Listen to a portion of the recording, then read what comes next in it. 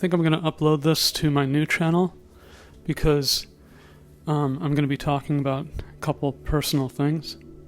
But I'm not sure what the point of uploading to the one with a bunch of subscribers is anyway, because it doesn't seem to make a difference. It seems like the algorithm, basically decides whether a video gets any traction or not. And I just don't have I guess I don't have enough subscribers, but it seems like this channel gets almost as many views as whatever I would upload to that channel. But anyway, I think about, I wonder how many people just don't really want to be around, I was reading that excerpt from It's So Easy and Other Lies, and something in my voice, throat. And, Duff McKagan, that's his book, his memoir, whatever. And I think it was the first chapter, but I had read this a long time ago. And this was before I started drinking at all. Back then I was just taking Klonopin, and I didn't realize that there was a connection, and no one's ever told me that. It's just what I believe, that certain people, I don't really know why other people drink. I know why I do. And it has to do with how it makes me feel. It doesn't have anything to do with, it's not social. It's not like, oh, it's a social lubricant. I'm not a social person, so I'm just at home drinking a tall boy or whatever. But it just gives me a feeling of happiness, and that's all. That's the end of the story. And I don't really get a hangover. I used to when I was a kid, I mean a kid like I was, 19, 18, 19, whatever. And then I would get a real headache and stuff like that. And then but it wasn't even that bad, it was just like something that you can, it goes away as the day goes on. I just flossed and brushed my teeth, and I think something kind of went down the wrong way or something, and it's affecting my voice. And that's related to this condition that I have that apparently will never be diagnosed, and it's something that I have to accept. And I realized after my last job that I went through that whole job without ever telling my boss about this problem that I have. And you might think, well, why would you be talking about that anyway? Well, because he asked me a lot about, he was interested in me, and he knew my dad, and I think he felt sorry for me, as a lot of people do. And, my dad was very successful, and he knew, and, I don't want to get too much into that, but, so people that know me, they're like, what happened? And I feel bad for him. And, but so anyway, yeah, I was reading that book and, the excerpt, because I'm not going to pay for it. And I could probably download the PDF somehow, but I don't really want to read that book. But it was interesting because, first of all, he's a good writer. I think he wrote it himself. Whereas if you read the Slash book, which I did, it was co-written with someone else. I don't know the degree. I don't know how much a hand Slash had in the actual writing of the book. I think he was kind of telling the guy what this was my life and this was what I was doing and stuff like that. I don't know, maybe he was partly writing it, but it wasn't, it was a good book because it was kind of interesting, like what he went through and stuff, but the Duff book is well written, and so it's more of a pleasure to read.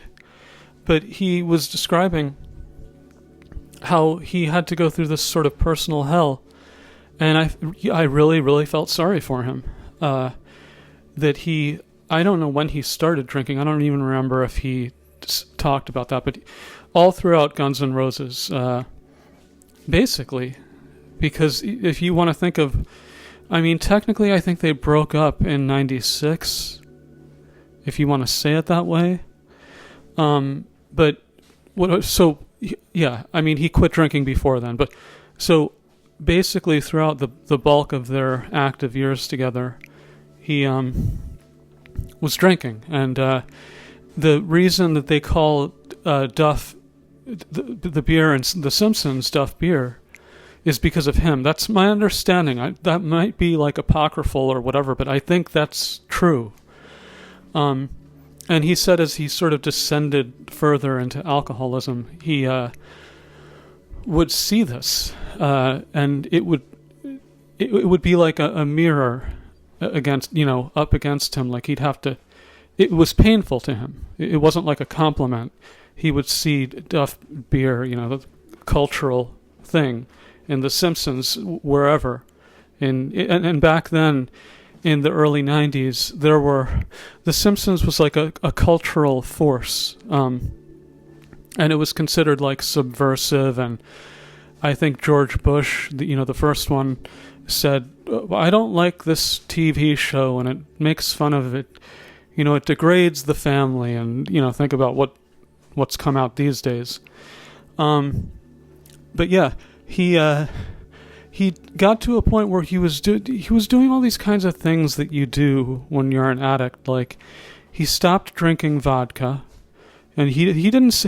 And for him to be talking about that and it be worse than Slash, who also was basically an alcoholic at the same time. But for him to be talking about that and that he had a worse habit than Slash is remarkable.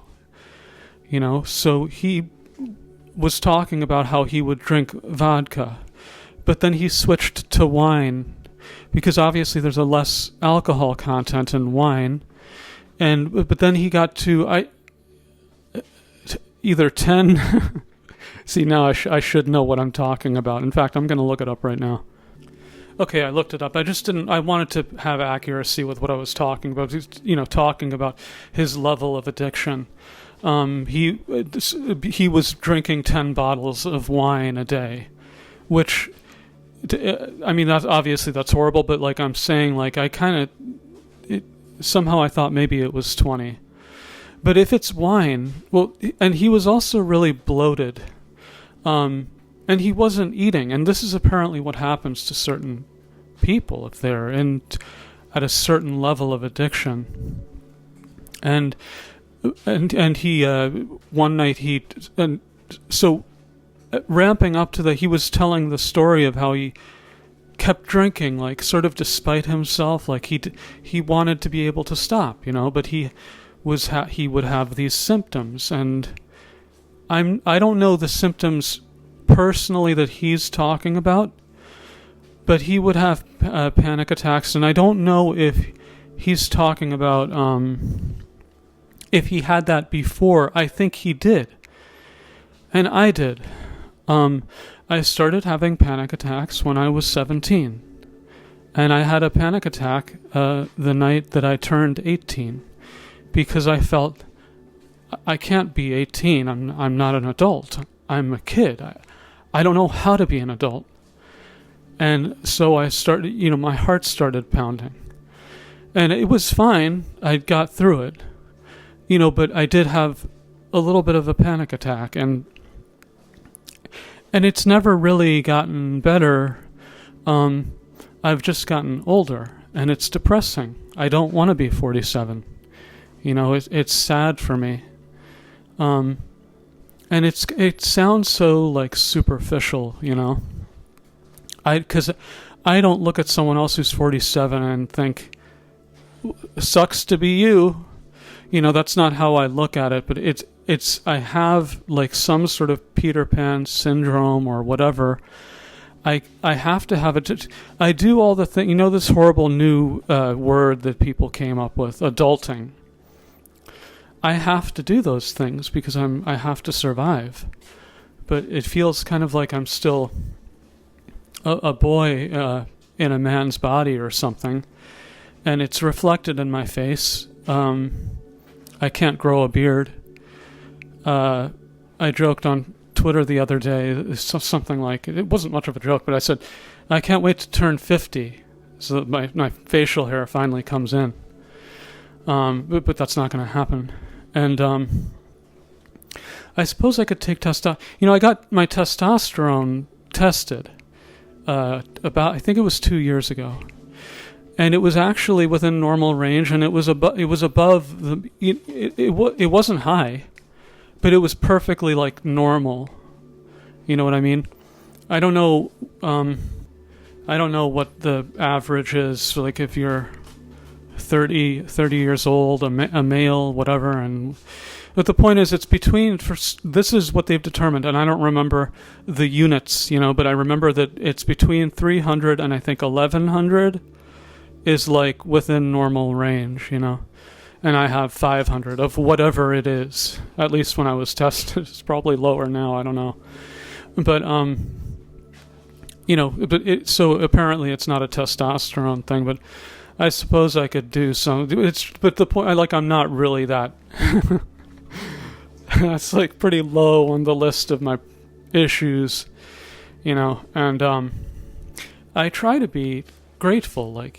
People say that, other people have all sorts of problems and you should be grateful for what you have. And I try, but it keeps coming back to this sort of, I don't really, it's like isolation and stuff, and I don't feel that I belong anywhere. And but anyway, so he would have, I don't know what other people have if they drink and then the next day, they're dealing with some sort of bounce back or whatever from the body. For me, like I said, I don't really have a hangover. I have what they call anxiety. That term I like just because it seems kind of clever. And it can become, in a way I don't really like to talk about this. But so anyway, so he would be drinking that much. And at the time, so the tour ended. And I remember reading a comment from somebody that said, I remember seeing him on the Use Your Illusion tour, and it looked like he might be dying. So he was not in good shape. And before that, he was, this is well known. This is not I don't know if the book revealed it, but I just know that it's a well known thing. But, he was on the plane. Okay, I'm sorry for stumbling over my words. I'm trying not to do that as much. And my cat's distracting me, but that's fine. She's just being a cat. But he from LAX, he was boarding a plane to get to Seattle. Guess who else was on the plane? Kurt Cobain. And they sat next to each other, and they were talking about whatever. He probably doesn't remember very well, because I don't even know how you function like that, really, to be drinking all the time. And that's what, if you're into that. If you're at that level of alcoholism, you need to, what's it called? You need to, okay. You need to have a certain level, so that you can be okay, and so that your hands don't shake or whatever, and all whatever symptoms of withdrawal would happen. But I'm just saying, that does seem kind of hellish to me, to have to be drinking like that. And at that point, when are you drunk, and when are you kind of sober? And in a way you're really never sober. But obviously if you're drinking all the time. But he had he had sores on his body. He said he was pissing. I think he said he was pissing blood. And he would have clumps of hair were coming out of his head or something. But so he was sitting next to Kurt Cobain, and they got off the plane, and he wanted to say to Kurt, "Do you want to come with me?" Because he could sense that Kurt was lonely, or there was something off, and before he could say that, he said that he saw Kurt Cobain get into a limo and go to his destination. I guess go home. But the part that I remembered just now reading it is he said when they were on the plane, neither of them talked anything about like drugs or anything like that, even though Kurt Cobain had his own heroin thing and Duff McKagan was dealing with drinking, and he was also doing coke heavily, but that wasn't the addiction that he had. The addiction was alcohol. And he said that they didn't talk about that because he understood that he was in his own hell and that Kurt Cobain was in his own hell. I don't know if he's saying that after the fact or if he could sense it when he was sitting with Kurt Cobain, but I have a feeling that he was able to sense it. And it made me feel really bad because I just thought, I wonder how many people sort of have this type of feeling. And it's a weird thing where you're I've said this before, I'm not really a person who goes after money. I can barely survive. I would love to have more money. But I think that if I were a millionaire, I would have this same problem. And the only thing that, to be honest, I think it would help just in terms of like female companionship, because certain women obviously are that much more disposed to want to be with you if they see you as a resource. And that, and I'm not even saying like, oh, they only see you that way, but they partially see you that way. And so if it probably would make my life a little better in that sense. But so anyway, about a month after that, after he had been on the plane with Kurt Cobain, a few days after that, he found out what happened with Kurt Cobain, and then he said he felt ashamed. He didn't feel that he was really qualified or whatever. I would love it if my brain worked a little better, and I can't think of certain words sometimes. But anyway, so he didn't feel that he was worthy, I guess, something like that, of calling Dave or Chris from Nirvana. And because I think he was sad, especially because he had just seen this person and he had sensed that there was something off, And I think a lot of people were sad about that death, and that it's funny because people, I don't know, I know some of the people who listen to this, but I don't know all of the age ranges, but I think I tend to be a little bit older than basically the people who are listening to me. But at the time when Kurt Cobain died, people were making jokes about it. And it was partly like a gallows humor thing, like because people were confused on some level. Like, what's this handsome guy who's rich, apparently happily married, although maybe it was having a problem, and he had a daughter, and he was relatively early still in his career. He decides to not live anymore, and it was confusing to people. I know because I remember the reactions. It was confusing to people. That's partly that's partly the way people were responding. And it was kind of a weird death in the sense that you had people talking about it that really weren't even a big fan of music. Not extended like they were so interested in it, but it was like really, it was big news. And I remember that when I first heard of it, when my mom was driving me and a friend back from tennis practice. That's the only thing that, sporty that I did, and I was not good at it. But anyway, we had tennis practice on some day after school. Well, it would have been whatever the day was, April 8th, I guess. She said, did you guys hear about that rock star who killed himself? And I was like, rock star? And I don't remember much more than that. But somehow I was able to figure out who she was talking about. And then I went home, and it was all over MTV and Courtney Love doing a vigil or whatever. But so So what I'm saying is, like, I think it affected Duff, even though Guns N' Roses and Nirvana weren't exactly on good terms. I think that it probably made him feel dispirited. So, but he felt that he wasn't worthy. He was upset because, first of all, he was in his own alcoholic like hell, and he wanted to reach out to Dave and Chris, but he felt that because he had gotten into a tussle with Chris at the VMA, the 1992 VMAs, that they wouldn't really want to hear from him anyway. And that's one of those things where you kind of have to trust your instincts instead of overthinking, because I mean it's all in retrospect, but I think that he's wrong about that, and that they would have been perfectly happy to hear from him and just have him say, oh, I heard about that and I'm sorry. But anyway, so it got to a point where, he had,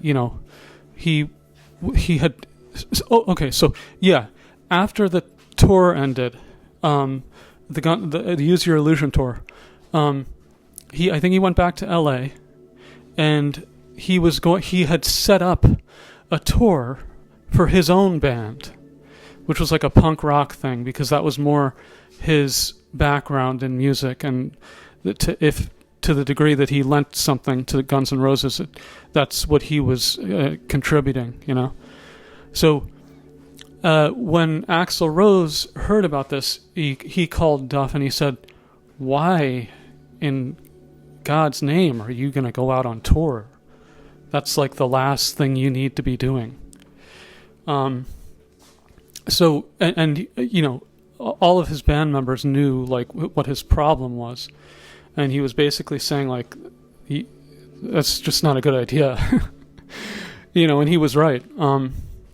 So, but it just shows you that these people cared about each other, because Axl Rose has this reputation of being an asshole, basically, and I'm sure that that's true on some level, but it doesn't mean that he's like a bad person or something. I think he's just very like, he's like a redheaded. It does seem to me like people with red hair have a different temper, maybe a little bit of a different temperament. But he's fiery or whatever. But so he ignored that, and he didn't really, I think he went out on tour because he didn't know what else to do, like with himself, So he went out on tour with this band, and I don't remember the extent of the tour. I think it might have been going to other countries, like going to Japan or something. And then he either took a break, or that it was not that long of a tour, but then he got back into LA, and he felt that he was dying, I mean, he kind of knew that he was, from the state of his body.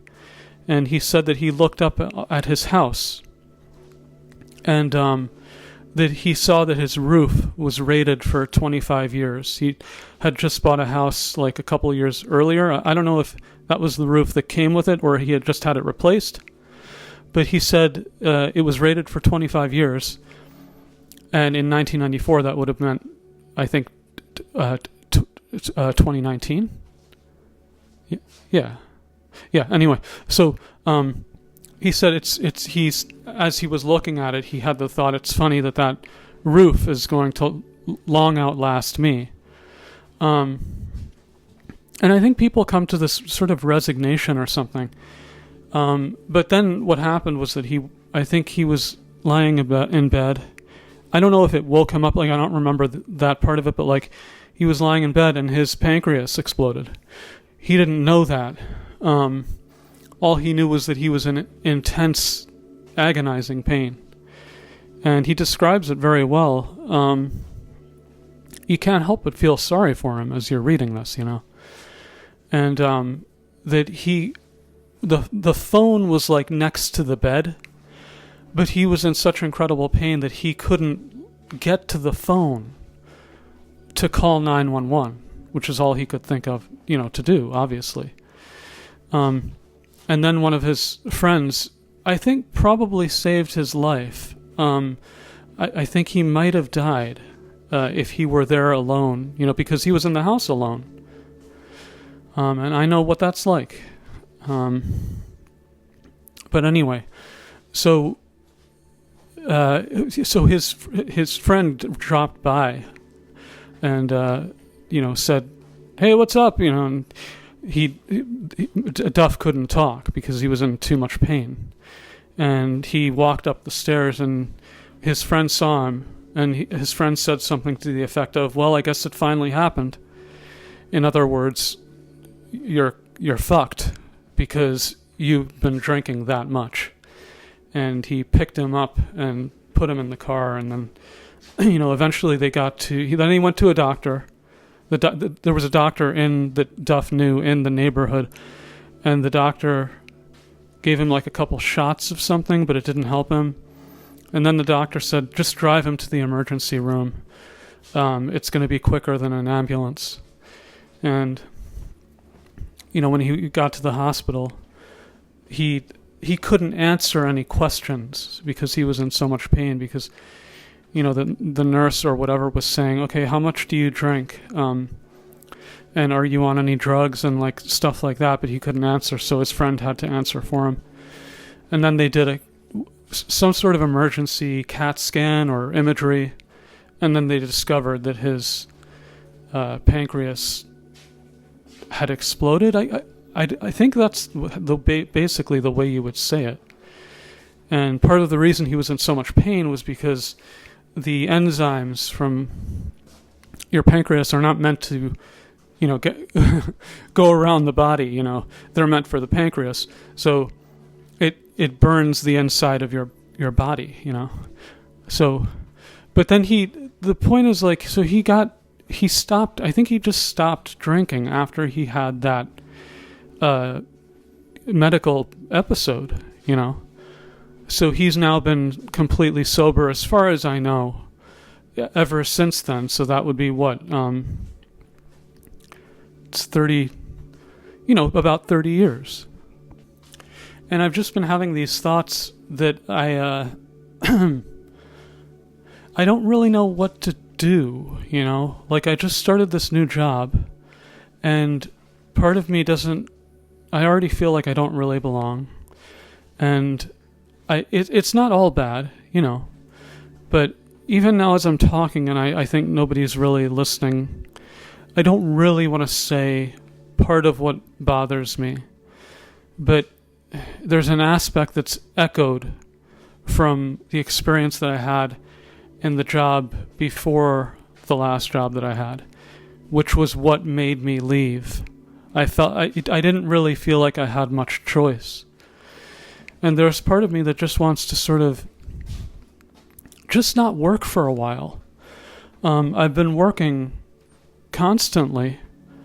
Not like it's a 40-hour-a-week type of thing. I'm not saying like I'm Elon Musk and I'm sleeping. That's a gift, to be so into something that you want to sleep at your workplace. I'm not even I'm not saying he's good or bad. I'm just saying, so it's not that type of working all the time, but I'm saying I've been working straight for basically 10 years. And the only vacations that I've had were where I would take a week off and not do anything and be by myself, which to some extent is my choice, but in a way it's really not, because that's not the life that I want, And I was thinking about this plan that I have to go to the city, and I thought, well, okay, so, I'm going to go to the city, and I don't even know where I'd be living, but so I would feel like I was at home or whatever. But how much is it really going to matter? So many of the people that I knew growing up are no longer with us, and my sister lives in the city, but she just doesn't want to talk to me. For whatever reason, I've said this before, but she's disturbed. She has what my other sister calls, BPD, borderline.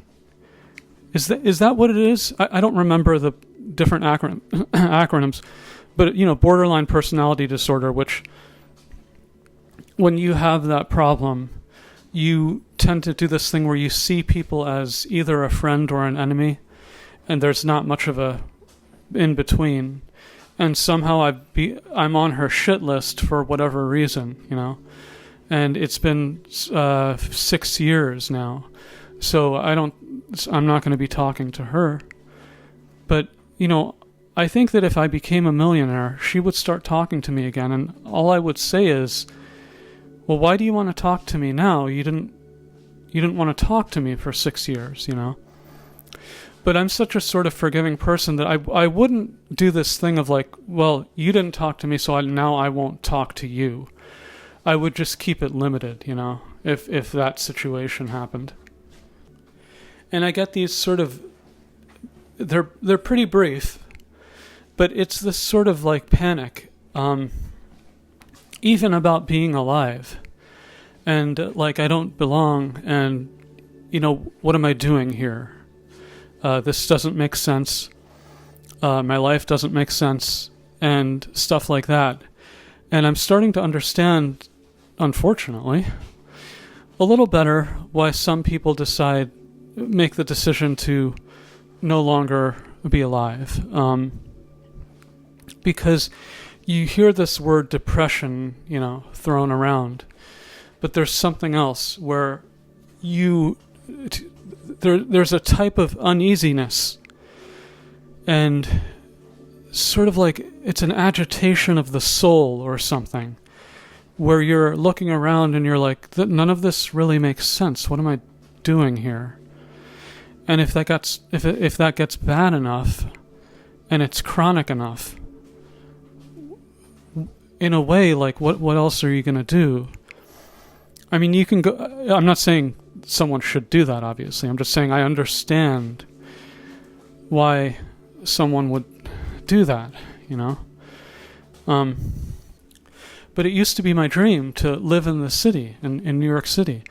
As soon as I had to come out here, I was thinking, okay, we're here, but we'll get back, and somebody will help me, and something like that. And it really never happened. The only thing that, like I said, where something like that kind of did happen is where my friend told me, he said this a couple times actually, but he said, I know you're not happy here. Why don't you come to live with me in LA? And that was something that I had, at a certain point, I had made that decision. And then I told my mom, and she started to cry and freak out, basically. And I just thought, I can't deal with this. Like, I don't. And again, that sounds kind of bad, but it's like, you got to understand, like, she really was alone. So the only thing I could tell her was like, well, I'll call you, it's fine. It's not going to be a problem. But for some reason, to her, it was like untenable. And it just became a thing where I was like, okay, well, so much for that. And, and then she died a year later. And but as soon as, in the year 2000, I had to start being here. And I thought, this is a kind of a drag, isn't it? But, I'll figure out a way to get back to this city and whatever. And that was 26 years ago. And I've lost my youth. And I understand the argument of like, well, you're going to get older anyway, so like you should do what you want. And I do try to think of it that way, but there's part of me that thinks like, okay, so I'm going to get to the city. I'm going to be able to barely survive. Whatever. I don't know that, but that's basically kind of what I'm imagining. And like I said, I just feel like I would have to make new friends, and I'm not very good at that. And the ironic part is that I have no problem talking to people. People seem to like me, but I don't really run into people that I vibe with or something. I don't really know how to explain it. And like I said, there is a cultural thing where like I'm cosmopolitan, or however you want to say it, I was talking to somebody the other day and she said, well, you're kind of like a city person, so it would make more sense for you to live there. And I just thought, finally, someone fucking said that to me. Like, I've been waiting a long fucking time for someone to express something along the lines of, like, why are you out here, you know? And it only happened once I didn't solicit it from her, but we were talking about it. So I didn't say that about myself. But she said, you know, in response to me talking about wanting to move to the city, she basically said, well, that seems more like what you would like, you know, as a person. And the other thing is, like, I shouldn't really be drinking at all because it's, like I said, I only started a habit, like, in 2022. And for whatever reason, that was weird.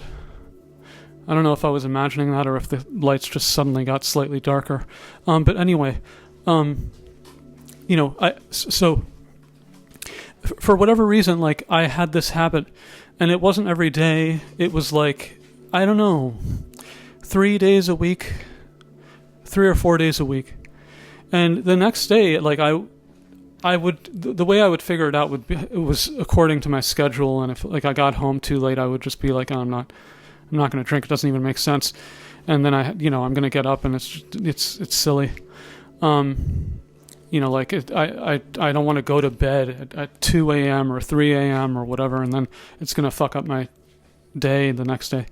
But the point is, like, it was not a problem. I would have a little bit of a hangover, but I would be perfectly functional to, like, go to work.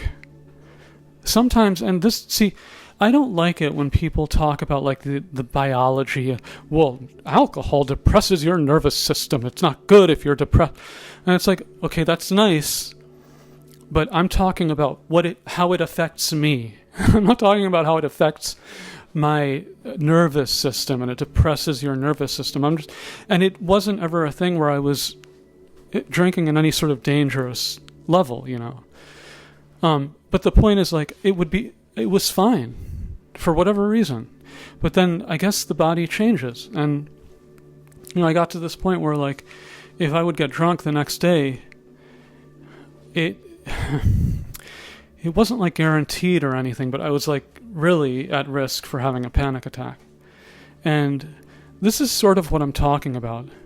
And I'm relating it to Duff. I don't know how many people who are alcoholics or who have a tendency to drink have these symptoms or had them beforehand, because, like I said, I suffered with panic attacks before I ever even got drunk once, I think. Maybe technically it wasn't. But it's a tendency, so everyone's built differently, you know? So, like, I had a video, and it nobody cared, and so I think I privated it. But I was talking about how the first time I smoked marijuana, first of all, I did way more than you're supposed to, because I wanted to feel high. That was my rationale. It wasn't about trying to be extreme. I just thought, well, marijuana makes you feel happy, right? I want to feel happy because I'm not really a very happy person. I want to feel whatever that is, you know? And I had a severe panic attack, to the point where the next day I woke up. My dad woke me up to go to school. And this is making me miss my dad, you know? But, and so anyway, he woke me up, and I was like, oh, okay, I'm still alive. Because I was so freaked out, and my heart was beating so fast. And even to this day, I wonder if it did some kind of damage. I really don't know. Hopefully it didn't. And I know that they've done EKGs and an ECG, or whatever it's called, on my heart. And they said, like, basically, there wasn't anything to say, you know? And I think the woman said, for a man your age, your heart is pumping a little bit better than average, or something like that. Or whatever. You know, she gave me the paper. I told her, like, can you please print that out for me? I never got any kind of record. And she printed it out to me, but it's like Greek to me. Like, I don't really know what I'm looking at, you know? But so the point is, like, I basically, as far as my heart, I got a clean bill of health from that perspective, but ever since that time that I smoked marijuana the first time, I've had arrhythmia on some level. Fortunately, it doesn't seem to be a problem. But it's funny because every time that there was one time where I was starting to get a little bit worried about it, and I went to the doctor and they did an EKG, and they said, you're not having any arrhythmia. And I'm like, okay, well, I didn't while you did the test. But I guess they figured, like, if it's bad, then it's going to be often and they'll be able to detect it. Unfortunately, it's not, and it had gotten worse for a little while. And I think it's partly because I was under so much stress and I had this problem with my throat, where I had what somebody called a granuloma, and I was completely fucking freaked out. And I had to go to the one guy saw me and he said, "Have you been intubated recently?" And I was like, "I don't think so." And he was like, "Well, you'd know if you were intubated," which is like fair enough. But like I kept thinking, like, was it, and this was way before I started drinking. Like I was just like, wait a second, like, was I intubated? Like, this is what I'm talking about with the way I am as a person. My aunt had an experience where she was telling it as a joke, but it's a real thing. She was driving somewhere, and she was a very nervous driver. She really wasn't a very good driver, partly because she was so nervous. But I don't think she really got into accidents, but she was nervous, But so some cop said to her, "Okay, go ahead, miss. Park over there by the pyramids." And she had this moment of panic. Like, pyramids? Oh, did I somehow end up in Egypt? Like, what happened? Where am I? Like, momentarily, And then she realized that the guy meant the cones. He was just misspeaking. But this is sort of a thing. And by the way, like, I've talked about how she also had OCD.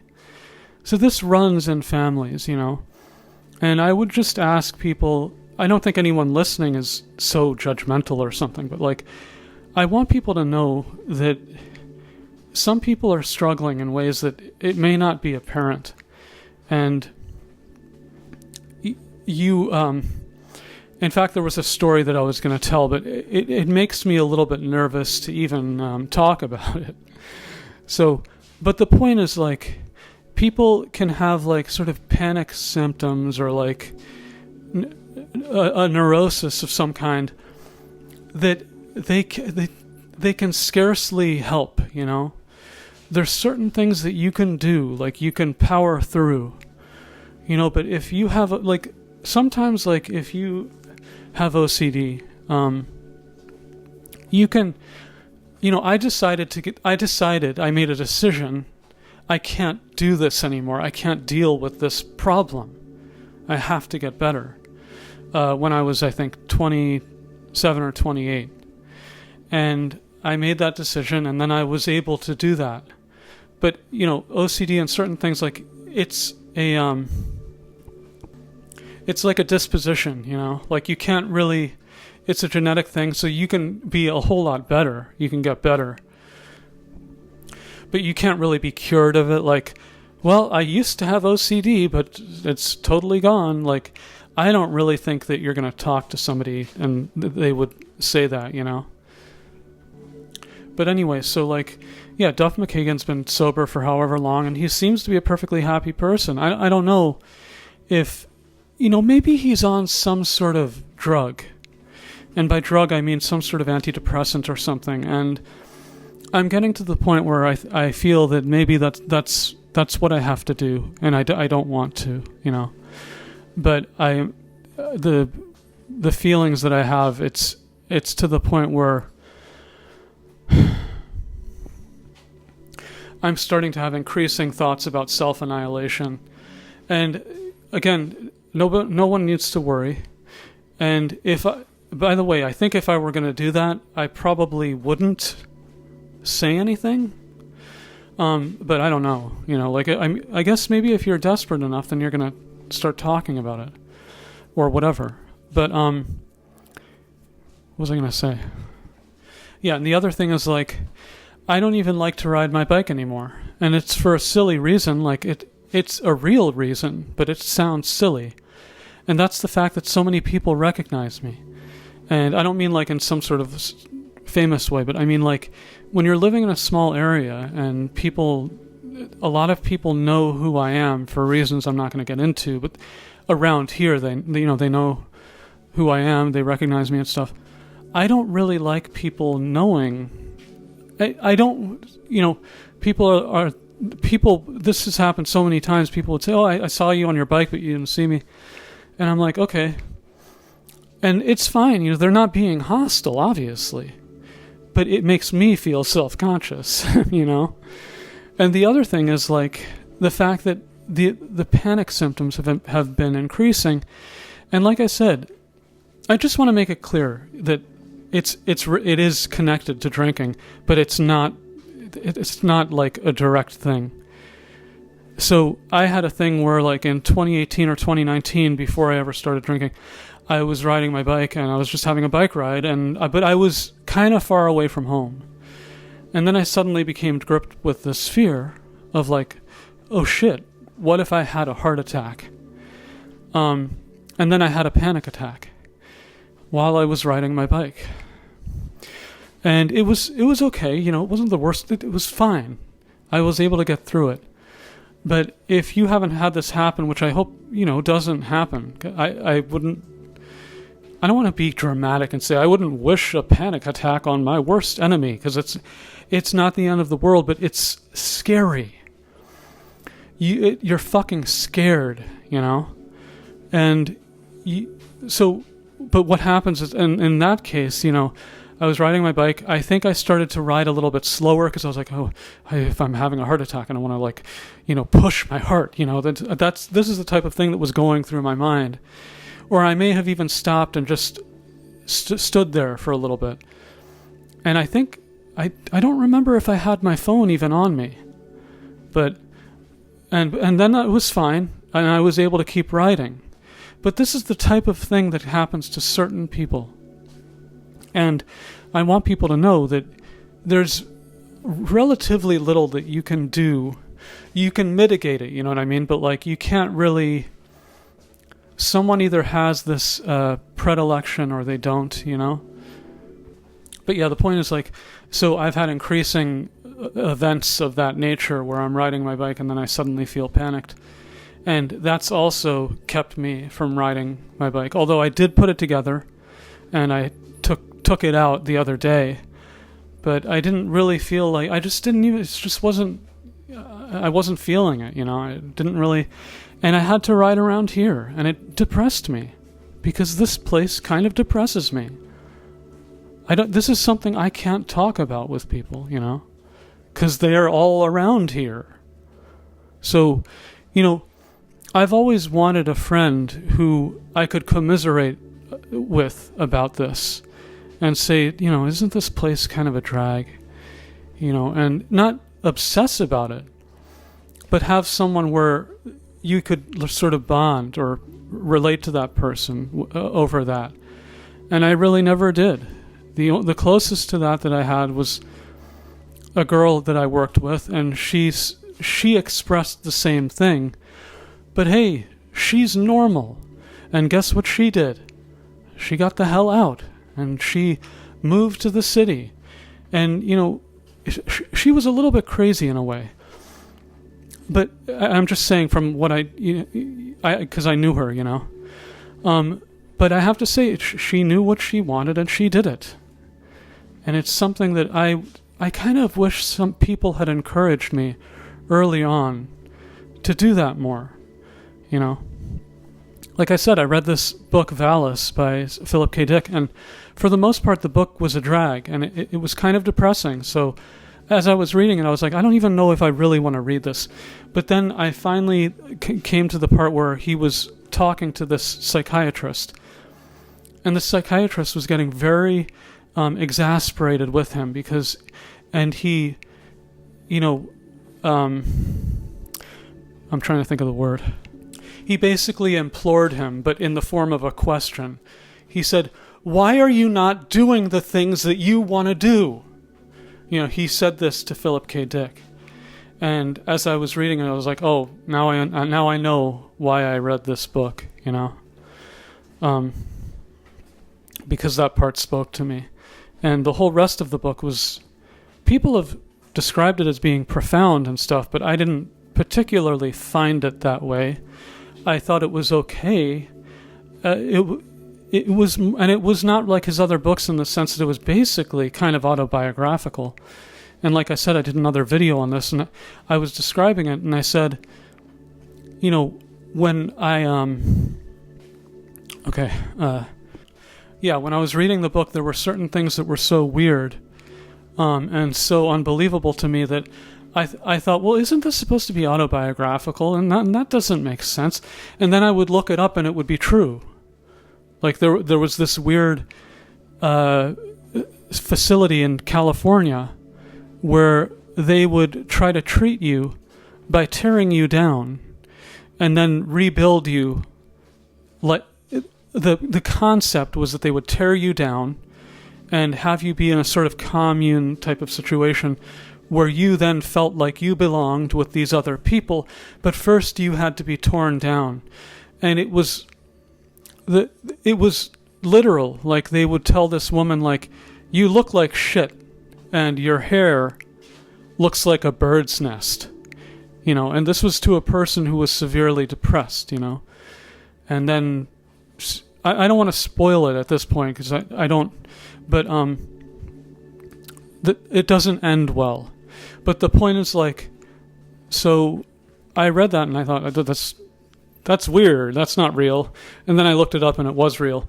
And then I read another part of the book where he was naming a medication that sounded kind of off the wall. And I was like, that's not a real medication. Like, again, like, isn't this supposed to be like kind of an autobiographical book? And then I looked it up and it was a real medication. So it was a downer, and it makes me feel bad for Philip K. Dick. But another book where I was reading it, but see, it's very different when you're a famous person and you have millions of adoring fans. I read, Morrissey's autobiography or memoir, whatever you want to call it. And I felt sorry for him because I was like, damn, like he really is, he's very depressed. But then I thought, like, and I was relating to it, but I thought, okay, well, my depression is a little bit different because I don't have what he has. I'm not handsome. I don't have I don't want to start tearing myself down, but I'm just saying, like, I was thinking, like, well, he has like millions of fans, and he's gay or whatever he is, and yet and I say that because it doesn't seem like it's clear somehow, but it doesn't matter to these women for whatever reason. He still has like women probably throwing their bra, their bras at him or whatever. But I'm also a little bit nervous because, I'm going to have a friend coming to visit me, and I don't want to be a glass half empty type of person, and I really try to look at the positive, but sometimes I get into a place where I feel so isolated and I can't even go for a fucking walk or like I said, a bike ride, because if I do, it's going to be in this neighborhood where it makes me sad. I see what's around me and I'm not into it, So I guess I have to think about that because, like, if and when I do get to the city, I'll be able to take a walk and be like, oh, look, it's like stores and life and people around and, like there's commerce and there's art and there's culture, even though, it's been so degraded over the years. But I'm stoked about Mamdani. I know a lot of other people don't like him, and it's a weird thing. I don't really care so much. that he's a socialist, because it doesn't even make sense to me. But I just care that I'm glad that so many people hate him, because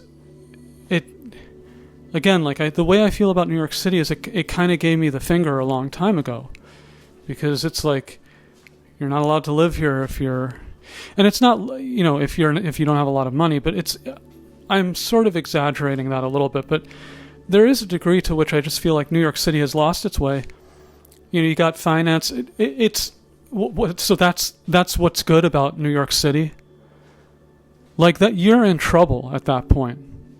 New York City is in trouble if artists don't have an incentive, and creatives, as they say, don't have an incentive to be there. Although I guess that's not completely gone.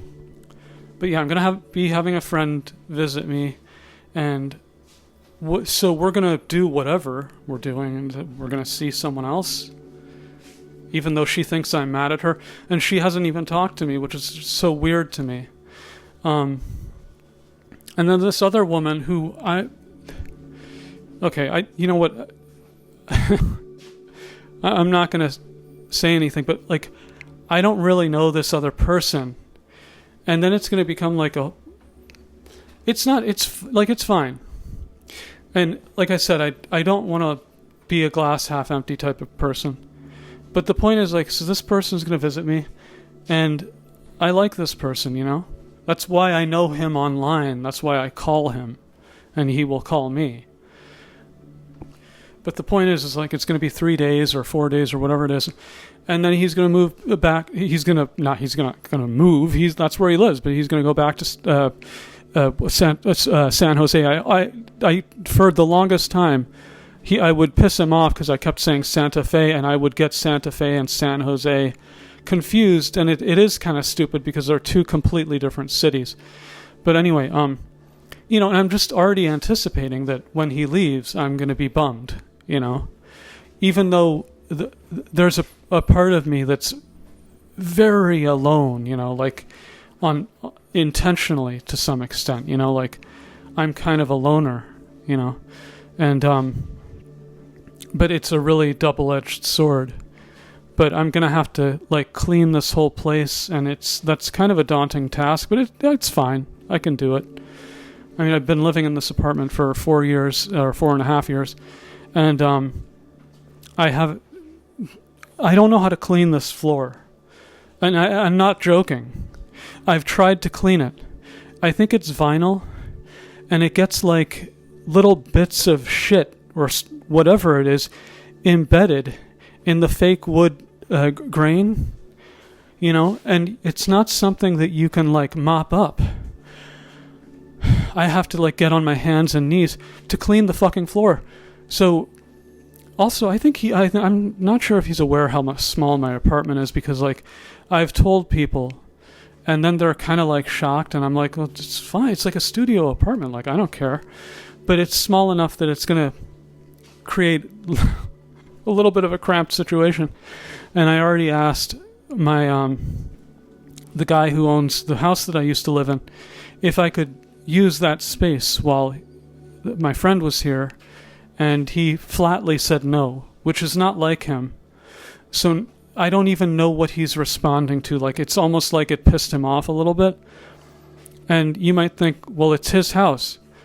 Well, you don't know the relationship that I have with this person. So no, that doesn't make sense. He's told me before that I could stay over there, that I could stay if I wanted to. I could sleep there for a night or whatever if he's not there. Maybe even if he is there, I don't know. But I wouldn't really want to do that.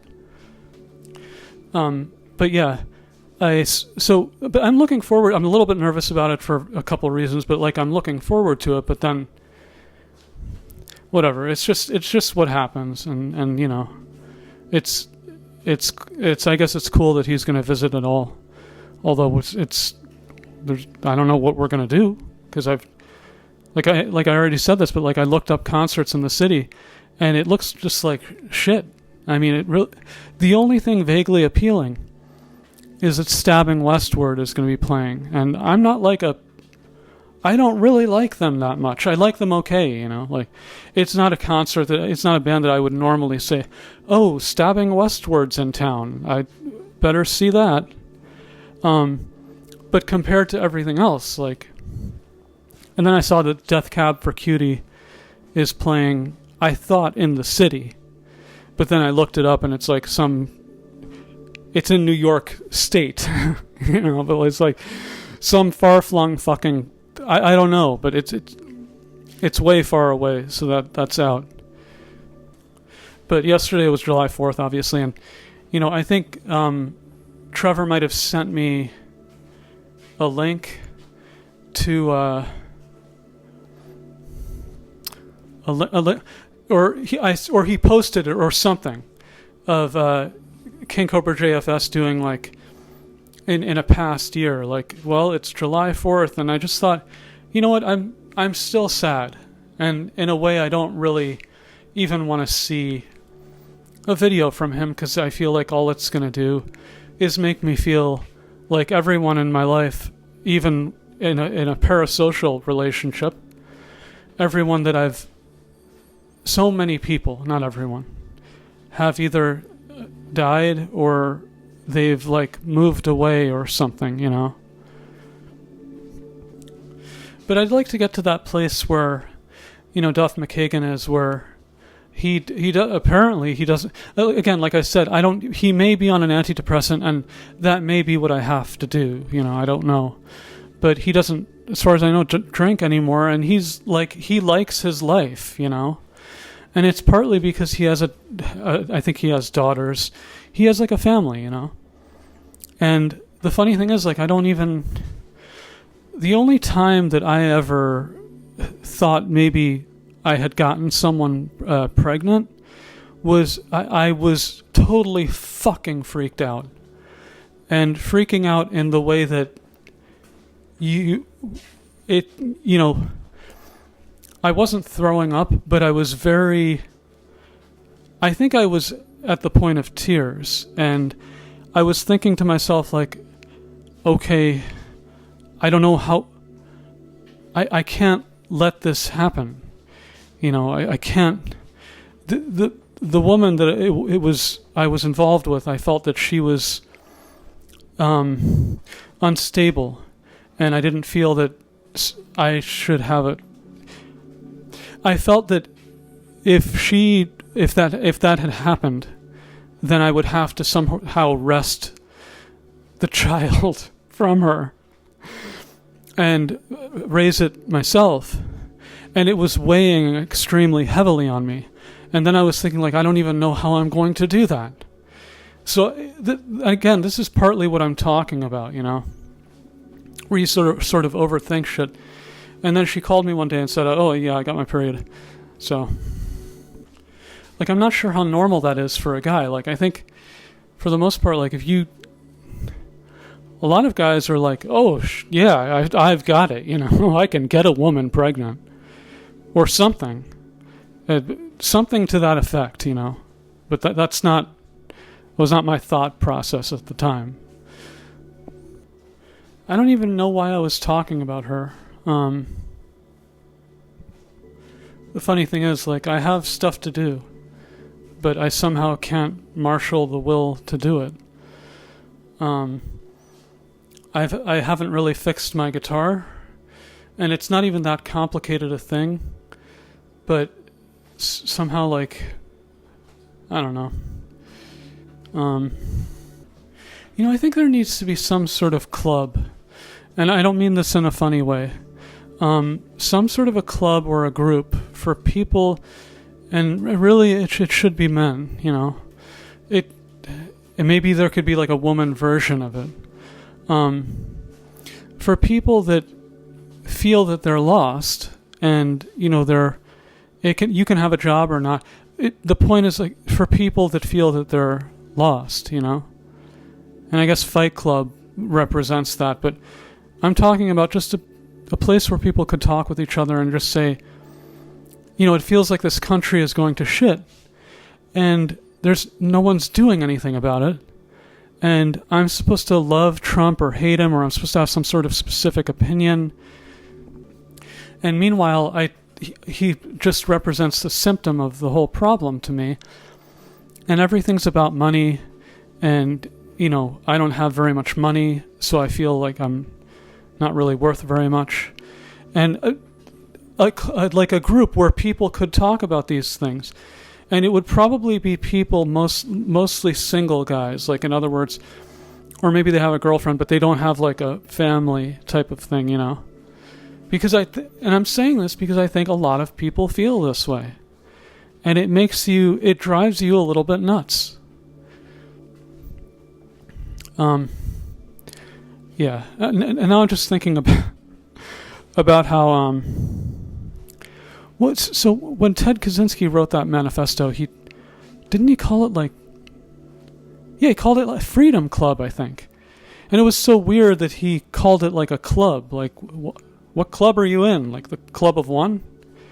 But anyway, yeah, it wouldn't be anti-technology, but I'm just saying like a club or a group or something like that for people that feel lost. They don't really feel like they belong in their community. And something like that, but you can gather and there's no judgment, And, yeah, something like that. Anyway, for anyone who's still listening, it would somewhat surprise me, but thanks for listening. Have a wonderful day, night, whatever it is, wherever you are. Thanks for listening.